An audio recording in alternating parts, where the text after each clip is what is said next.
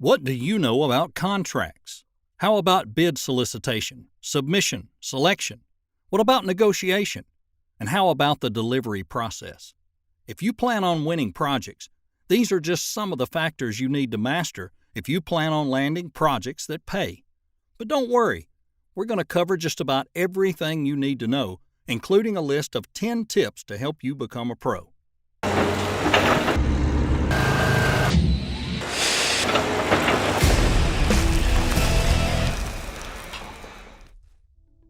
Before we begin this video, we strongly recommend you watch our Building a Multi-Million-Dollar Construction Business, The Ultimate Guide for Contractors video, because it covers the basics and fundamentals to running a profitable business, which of course are essential when bidding on projects.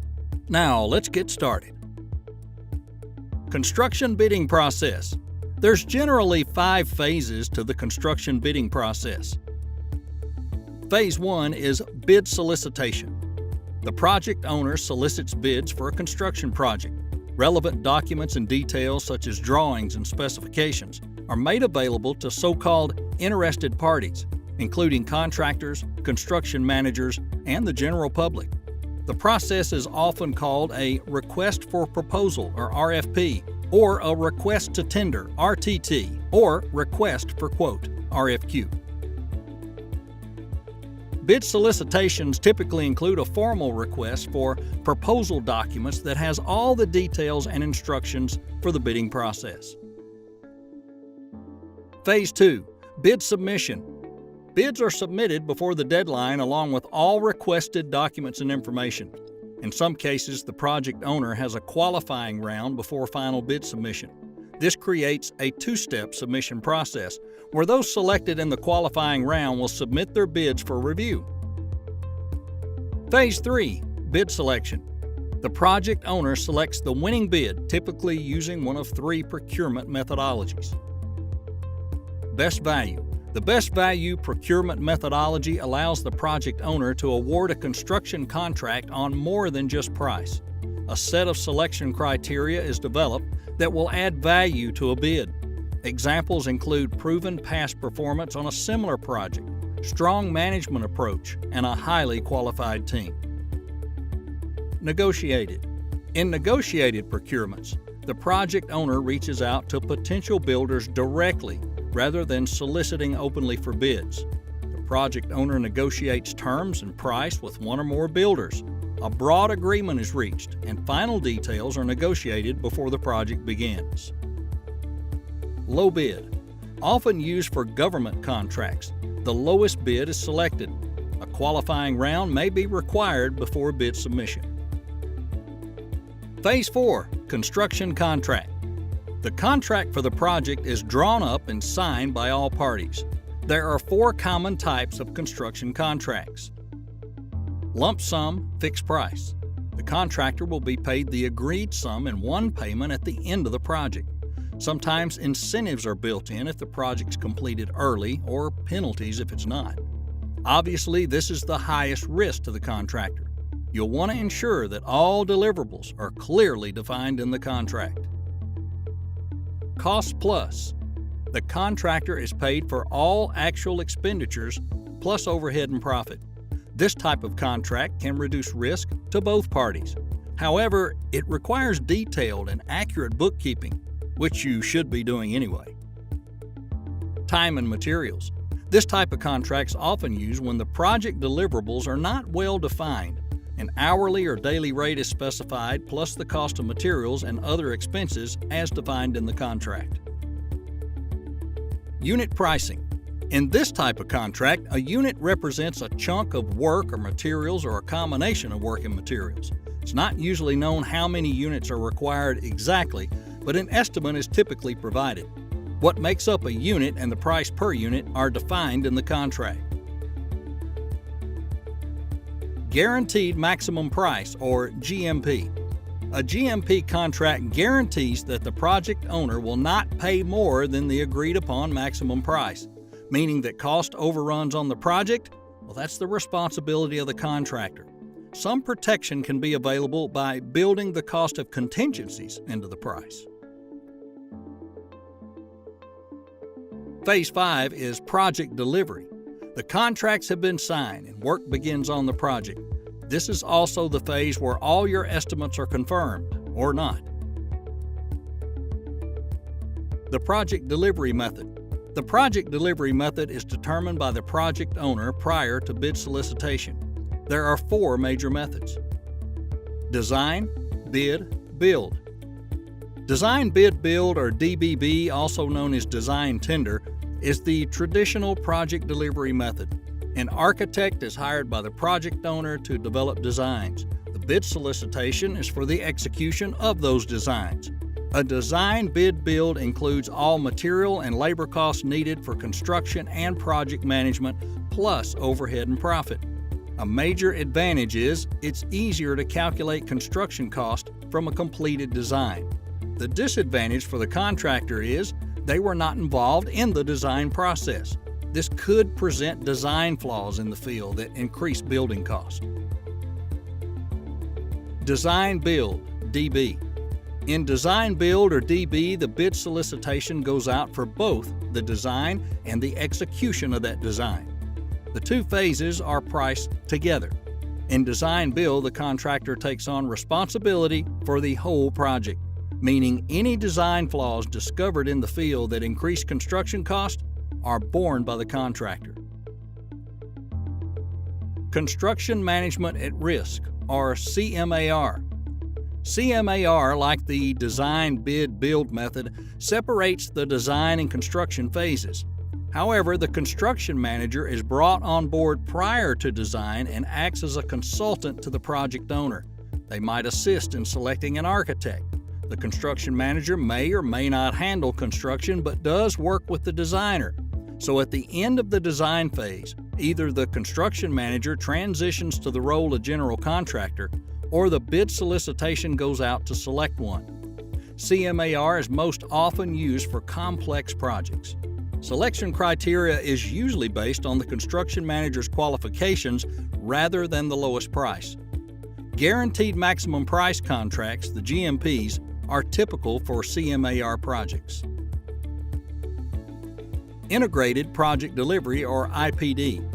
IPD is also known as the Integrated Team Method, so called because the project owner, designer, and contractor form a contractual partnership, the terms of which are negotiated. With IPD, cost savings and early delivery of project components are incentivized within the contract. The value of the IPD method is that the project owner, designer, and contractor bear full responsibility of the project together. The team is often assembled as early as the concept and feasibility phases.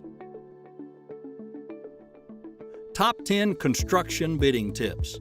Here's our list of tips to avoid common pitfalls and land those projects. Number 1, bid on the right projects. Conventional thinking says that it's a numbers game and you should bid on as many construction projects as possible. But that's a luxury that large companies can afford. Companies large enough to have their own bidding department. For most construction business owners, they and their small team are preparing these bids while trying to work on an existing project. Well, for that reason, we recommend you focus on projects where you have the highest chance of winning the bid. Number 2, take off right. In order to develop a precise construction material takeoff, you must thoroughly review the project plans to calculate measurements and quantities. You're aiming to be the lowest bidder, but not at the expense of your bottom line. Takeoff software automates much of the process. Popular takeoff software programs include STACK, S-T-A-C-K, construction, takeoff, and estimating software at stackct.com, and PlanSwift, quantity takeoff software at planswift.com. Number 3, visit the site in person. Photos and videos of the proposed construction site may help, and the authors of the request for proposal may have provided many details about the site. But none of these are a substitute for viewing the site with your own 2 eyes and walking it with your own 2 feet. Document your observations about the size, terrain, road access, surrounding buildings, power lines, etc. We recommend walking the site before you spend any time on paperwork. After one look, You may even decide to pass. Number 4, just ask. When it comes to bidding, there are no stupid questions. We would argue that it's stupid not to ask for clarification on anything that can impact your estimate or your ability to follow the construction bid instructions. When in doubt, just ask. The bid solicitation should include contact information, and it's best to get your answers in writing to avoid miscommunication down the road. Number 5, double-check the numbers. Math errors can cost you big time. Sometimes your bid ends up higher than need be or lower than it should be. If you're using an Excel template for calculations, ensure that subtotals and totals are calculating properly. We hate to state the obvious, but you should be using a calculator. Consider investing in construction estimation software to streamline the process, like Procore Construction Management Software, and Clear Estimates by Clear Estimates Construction Estimating Software. Those are just 2 of many available construction cost estimating software programs. Number 6, equipment requirements.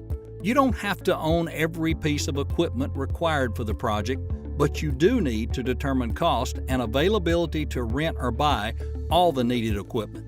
Don't forget, include repair and maintenance cost. Number 7, pre-qualifying subcontractors.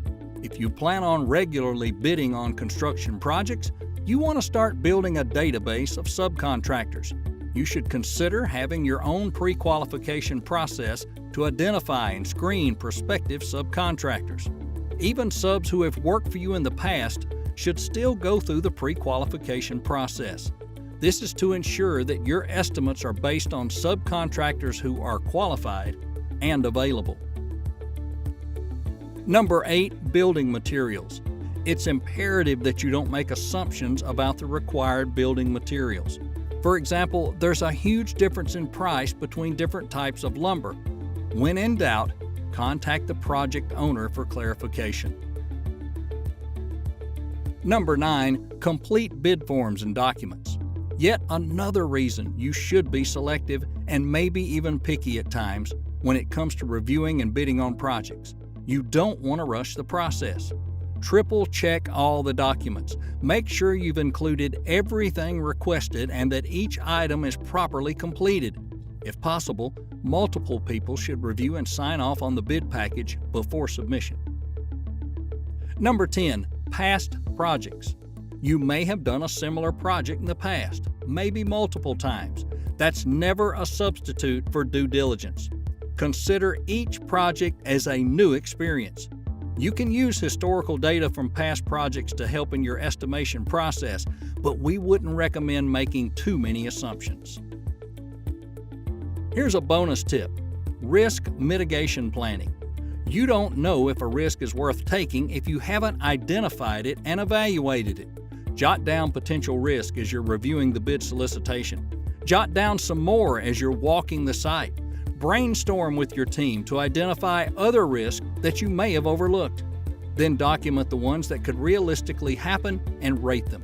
A low, medium, high scale is typically used.